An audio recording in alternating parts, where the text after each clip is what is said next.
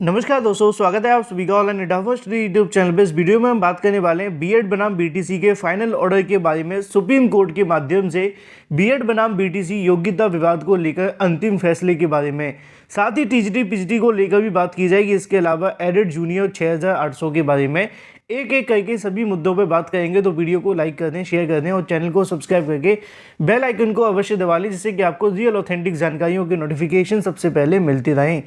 सबसे पहले शुरुआत की जाएगी बीएड बनाम बीटीसी के फाइनल ऑर्डर के बारे में। दोस्तों, जैसा कि आप जानते हैं कि बीएड बनाम बीटीसी हो या फिर कोई और मुद्दा, सभी मुद्दे के बारे में आपको ऑथेंटिक जानकारी इस चैनल के माध्यम से दी जाती है। और ये मैं आप सभी को इसलिए बता रहा हूँ क्योंकि बीएड बनाम बीटीसी को लेकर करोड़ों छात्रों का भविष्य टिका हुआ है, चाहे वो बीएड अभ्यर्थी है या फिर बीटीसी अभ्यर्थी, और आपको हमेशा सच ही जानना चाहिए। जैसा कि दोस्तों आप जानते हैं कि बीएड बनाम बीटीसी को लेकर सुप्रीम कोर्ट के माध्यम से अपना जो ऑर्डर है वो रिजर्व कर लिया गया था। लेकिन अगर बात की जाए इस ऑर्डर के बारे में, कब ये ऑर्डर जारी होने वाला है, तो आप जानते हैं कि इस ऑर्डर में समय लगने के 2 से 3 बड़े कारण हैं। सबसे बड़ा कारण ये है कि इसके अंदर बहुत सारी पार्टियां बनी हुई हैं। जैसे कि मुद्दा शुरू हुआ था राजस्थान से। राजस्थान के अंदर बीएड बनाम बीटीसी का विवाद था। वहां की सरकार नहीं चाहती थी कि जो बीटीसी वाले अभ्यर्थियों के साथ में बीएड भी बैठे। उन्होंने बीएड को बहाल करने के लिए याचिका हाईकोर्ट में दाखिल कर दी। हाईकोर्ट ने बीएड को बहाल कर दिया, एनसीटीई की अधिसूचना को रद्द कर दिया। लेकिन ये करते करते मामला सभी राज्यों के अंदर चला गया। फिर क्या हुआ, मामला सुप्रीम कोर्ट गया। देवेश मिश्रा जो कि बीएड के अभ्यर्थी, उन्होंने एक यहाँ से एसएलपी दाखिल कर दी यूनियन ऑफ इंडिया के खिलाफ, और उन्होंने ये कहा कि बीएड को प्राइमरी में शामिल किया जाए राजस्थान के अंदर। जब ये याचिका दाखिल हुई तो ऐसे में सुप्रीम कोर्ट के माध्यम से सभी राज्यों को नोटिस जारी करते हुए ये कहा गया कि अगर आप बीएड को प्राइमरी शिक्षक भर्ती में एलिजिबल करना चाहते हैं या फिर नहीं चाहते, या जो भी आपका पक्ष अपना पक्ष रखना चाहते हैं इस मुद्दे पर, तो अवश्य रखें। चाहे वो यहाँ पे कोई राज्य सरकार हो, पब्लिक जो भी प्राइवेट सेक्टर हो, या फिर कोई भी एक व्यक्ति जो कि बीएड या बीटीसी है, वो अपना पक्ष आकर रख सकता है सुप्रीम कोर्ट के अंदर। तो यहाँ पे बहुत सारी अलग अलग पार्टी देखने के लिए मिली, जैसे कि केंद्र सरकार, एमएचआरडी, एनसीटीई, बीएड, बीटीसी, इसके अलावा और भी बहुत सारी राज्य सरकारें। तो इतने बड़े मुद्दे के अंदर थोड़ा समय लगना तो लाजमी है। अभी समय कितना हुआ है वो आप जानते हैं। 22 तारीख को इस ऑर्डर को रिजर्व किया गया था, लेकिन कोर्ट के माध्यम से 20 तारीख तक का समय दिया गया था रिटन में ऑर्डर दाखिल, मतलब रिटन सबमिशन दाखिल करने के लिए। अब 20 जनवरी के बाद से आज आप सभी के सामने 21 तारीख हो चुकी है। टोटल 30 दिन का समय निकल चुका है इस ऑर्डर के लिए। तो अब इस ऑर्डर के आने की जो तारीखें हैं वो आप सभी के सामने नज़दीक आती जा रही हैं। हालांकि इस मुद्दे पे इतना आसान नहीं होगा फैसला लेना, क्योंकि आप जानते हैं बीएड बनाम बीटीसी को लेकर किसी राज्य के अंदर बीएड को शामिल किया गया, कोई आपत्ति नहीं है। जैसे कि उत्तर प्रदेश के अंदर बीटीसी छात्रों को आपत्ति है, लेकिन यहाँ की सरकार को बीएड से कोई आपत्ति नहीं है। लेकिन राजस्थान के अंदर क्या है, वहाँ की सरकार भी नहीं चाहती बीएड को शामिल किया जाए।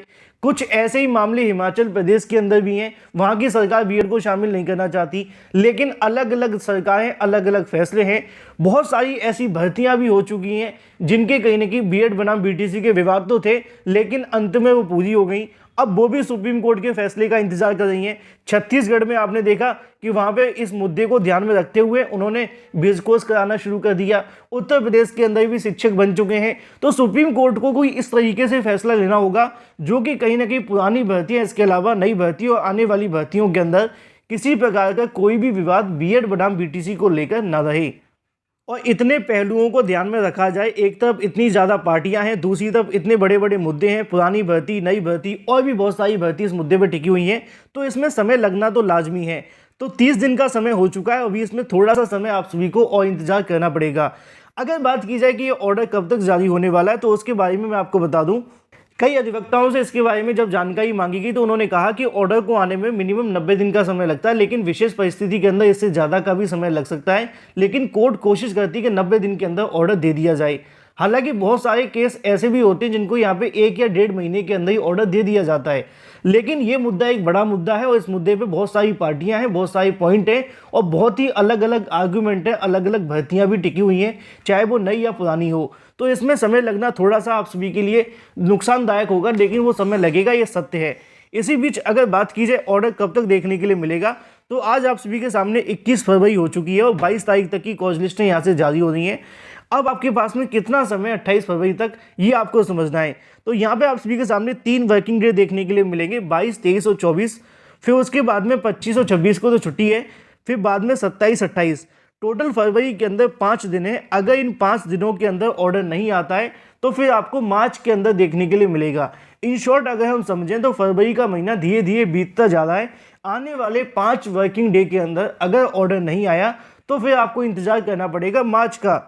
और अगर फरवरी में ऑर्डर नहीं आया तो फिर आपको मार्च का कैलेंडर देखने के लिए मिलता है, जिसके अंदर 1, 2, 3 और 4 यहाँ पे 3 तारीख तक आप सभी के लिए समय होगा।